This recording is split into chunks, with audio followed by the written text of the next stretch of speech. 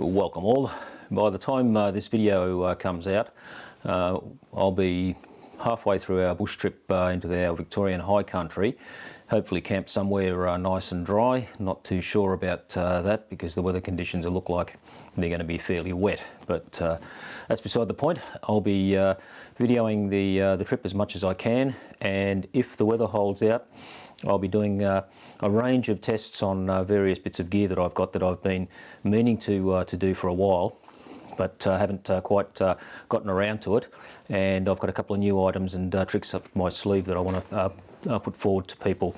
The first one is I received my Rode VideoGo 2 set today, and I want to actually put it to some decent testing regime out in the bush, rather than the home sort of stuff that you generally tend to see, and will really sort of validate, I guess, how good the unit can be. Hopefully it'll work in some of the situations that I plan to put it into, but we'll just have to wait and see. First impressions of the units though, very, very good. The software that comes with it, as soon as I connected things up, it did an update, and I believe those updates were to do with a few issues that the first versions had, but the software works quite well. And the kit is quite good. You know, it looks like the previous version, so there's not a great deal of difference as far as that's concerned. But for those who have been following the YouTube videos and things on the Wireless Go, you know that it has 2 transmitters and 1 receiver, so you can do 2 people interviews and things like that with it, and there's that internal recording and so on in the transmitters as well. Got no real complaints at the moment, obviously, because I haven't used it much. The only issue that I've got, and I wish other companies that do the similar sort of thing would provide a little bit better charging capability. Now, there's nothing wrong with what they've provided, but they have 3 cables that go from USB-A to USB-C. It would have been so nice to have at least 1 cable that was a dual USB-C to USB-A, so that you could power 2 units off just 1 USB-A socket, and ideally if it had 3 connected, rather than finding 3 USB-A sockets. You just have to have 1 to charge all units. So I don't know why no one seems to do that.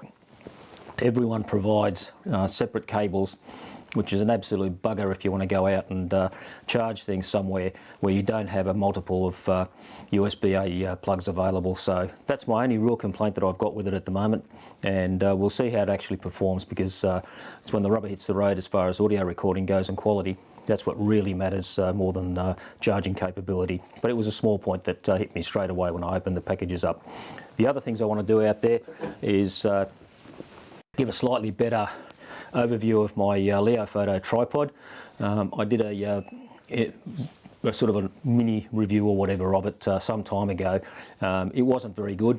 I had always intended to actually put it out into the bush and show how it performs, because it is quite a unique tripod in my view, for what you pay for and so on. Very good indeed.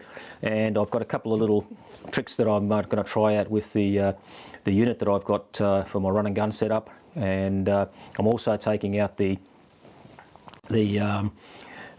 Flycam Galaxy rig to test that out in the bush itself to see how it works, because I've been playing around with the settings of the arm, the balance arm, and I may have a bit of a solution to how to make it work a little bit better than what it did when I was walking and testing it out initially with the bobbing up and down. I prefer to do things out in the field rather than going up and down corridors in the house. So we'll see what happens, and if it's successful, I think a lot of people will be very, very pleased if they get that or something very similar, and have a setup similar to what I've got to actually use the thing if you want to walk around. It's not my intent to do that, but it would be nice if there was an easy way to be able to walk around with the rig set up as I've got, without the excessive bobbing that still seems to be prevalent with the arm. And yeah, as I said, I just want to try a few things with the run and gun rig for hand holding as well.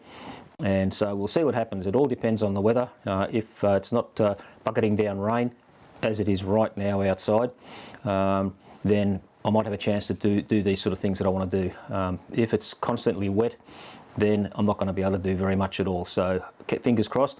Hopefully I'll come back with a lot of information for people that might interest them, and give a different perspective to some of the equipment that I use and how and where I use it.